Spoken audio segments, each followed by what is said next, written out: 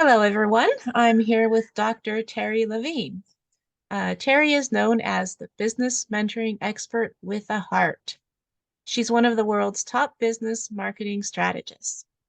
She's known for consulting with business owners to help them move from ineffective traditional sales, marketing, and operational methods into effective, authentic, and transparent, people-centered communication models. She has over 30 years of business, sales, and marketing experience, and she's helped over 6,000 business owners reach revenue goals they never thought possible. Terry is one of the world's foremost experts on how to market a coaching business. She's built and sold several multi-million dollar companies, and she's a best-selling author of over 42 books. She's a highly requested keynote speaker at events and conventions throughout the world. So welcome, Terry. It's really great to have you. Thanks, Laura. Uh, Good to be here. Yeah, okay. So for the topic for today's interview is how coaches can leverage a book to grow their business. And so I wanted to ask you some questions about your strategies with that.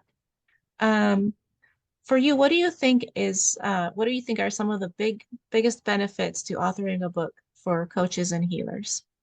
Great question. Credibility. It positions you without you having to say anything that you're an expert, that you know a topic, and that you're an expert in that topic. So that's the first thing it does. The second thing it does is it brings you leads. It brings you prospects as people read the book and they're your target audience and they get interested. Shocked at how many emails I got. And I'm still shocked, even with my latest book, at how many people message me. I even got 2 letters in the mail. So it's organic where people are raising their hand. I call that reverse marketing and reaching out to you.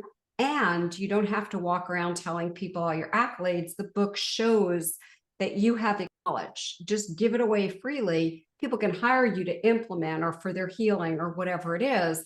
However, don't hold back. That's my advice, Laura. Thank you. That's great. So we talked about the benefits to authoring a book as a coach, and all of those sound great. Um, so what do you recommend as far as like the content of the book or the topic?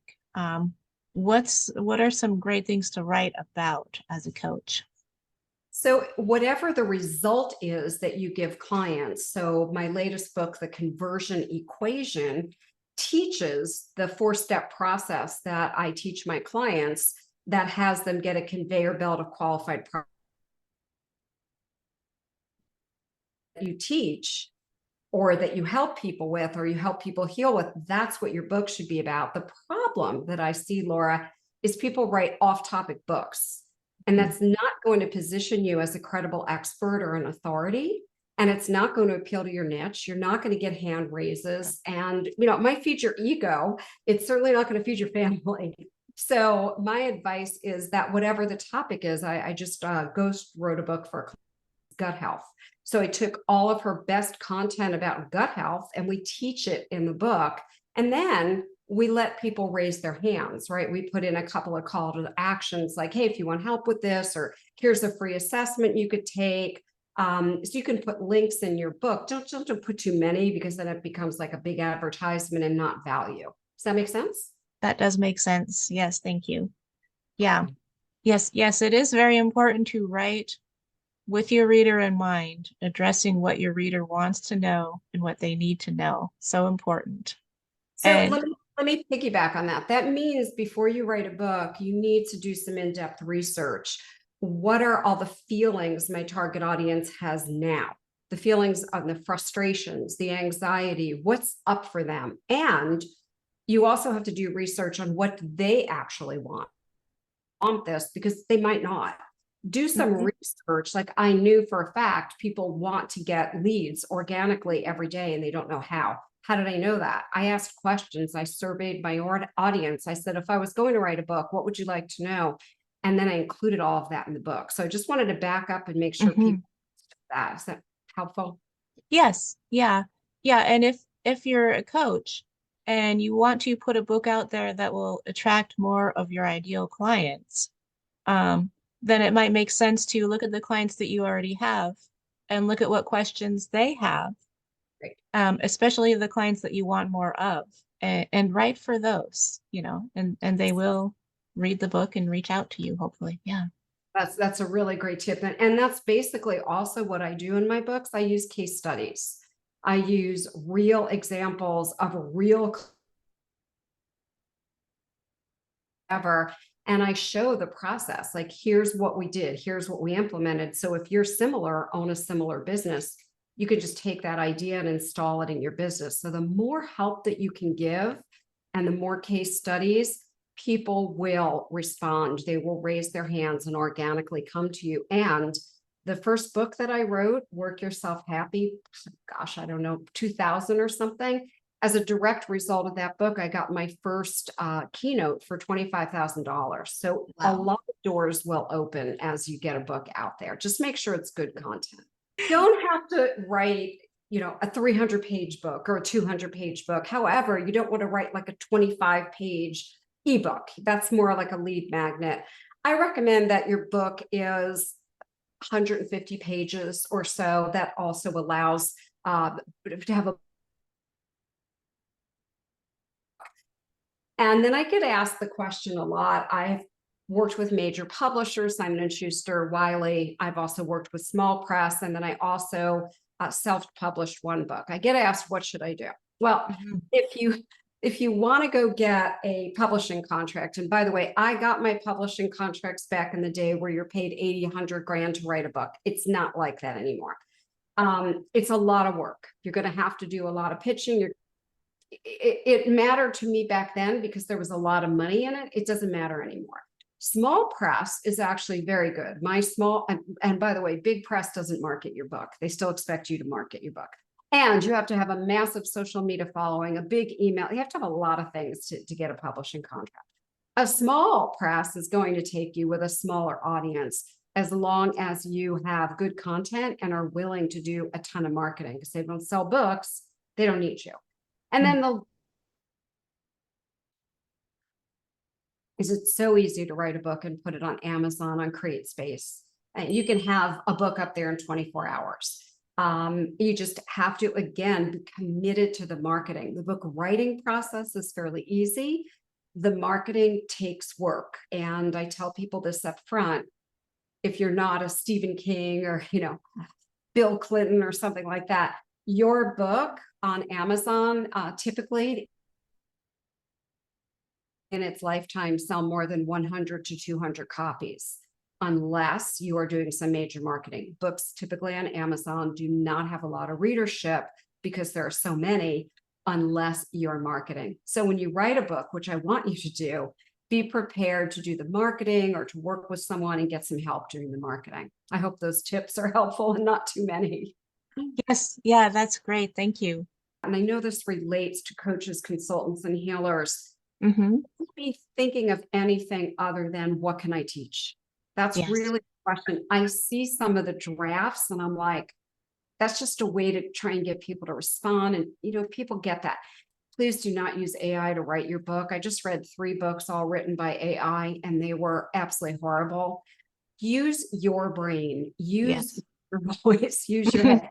Whatever, AI can be a shortcut to developing the topics and the outline and giving you good keywords, then do your own writing. So, Absolutely. and the Yeah. last thing I'll say is if you really are stuck, you're like, I just can't write, it's not my thing, hire a ghostwriter. There's lots of people who will take your content, ghostwrite a book. So if it's really not your jam and you're forcing yourself to do it, don't do it. Let someone else do it. Still get your book done.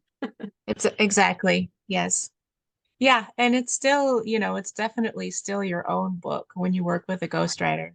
Like I spend, a couple hours a week on the phone with my ghostwriting clients, making sure that it's their voice, it's their content, it's their expertise all going into their book. So yeah. Yeah, that's perfect. Yeah, I think it makes the job easier and it does save them time, but it's still their baby. Yes, it is. And Yes. their authentic voice is so important and their Yes. knowledge is so important. And I'll Yeah. just say to those watching us, like, we need your content. The world needs your content. We need Yes. to And the reason I've written so many, number one, writing comes easy to me. It's the thing that I love. And number two, my whole reason for being in business is to transform as many lives as possible. I can't go work with hundreds of thousands of people. And I don't speak all these different languages that my books have been transcribed into. So I'm reaching people and making a difference. And isn't that why we're all in the professions of? Yes, yeah, that's why we're all doing this. It's why we're here. Yeah. And I talk with a lot of people who are like, oh, there's already so many books that say what I want to say. But the thing is, nobody is saying it in exactly the way that you would say it. Nobody's telling your stories to back it up. You know how it is, like you hear a piece of wisdom and you hear it so many times in your life and it doesn't really click. You're like, okay, I don't know. Does that apply to me or not? And then somebody else comes along and says it in a different way, and it opens up a whole new world for you. You know, when you write your book, when you put out your stories, your experience, your words, that's what you can do. That's the power that you can have. Yeah, if you think about it, look at all the personal development, self-help books. There's a lot of the same information in those books. I'm a junkie of those books. However, Mhm. people keep writing those books, right? Why? Because I could hear Wayne Dyer say it and go, okay, that was really cool. And then I could hear Jack Canfield say it a different way and go, oh, yeah, now I get it. So don't be afraid, just be authentic. Like, don't take someone else's content and try to model it. Joe Vitale, one of my good friends, he's written tons of books, and some of them have similar content to other authors. I still read Joe's because of his authentic way of talking. Oh, there's enough books like this. I always laugh if you think about the weight loss industry. Oh my gosh, if you go on Amazon and you just put in weight loss, it's bombarding. Yet the books keep coming. Why? Different people have different ideas, different thoughts. They may all talk keto. However, I may say it different and I may explain something different and I may have a particular tip or tool that somebody else doesn't have. So don't get Mhm. caught up in your head. Just get caught up at the end result of how you want to help people and transform their lives. Yes. Yeah, because you're going to connect with somebody and reach somebody that nobody else can because they're not you. Exactly. Yeah. All right. Um, well, thank you so much, Terry. My pleasure. Um, Sorry about the internet, friends. I apologize. I understand that you're offering a free gift for our audience today. Would you like to tell us about it? Yeah, it's a free training to actually consulting healthcare business. And literally, people have added $100,000 of income in less than 6 months. It's a formula, it's a system, and I just want everyone to have it. That sounds great. Thank you so much. My pleasure. It's really great to connect with you, Terry. Same. Thank you for tolerating my internet issues. I apologize. I still hope there's plenty of value for folks. I'm sure there will be. Yes, and I hope those storms pass soon.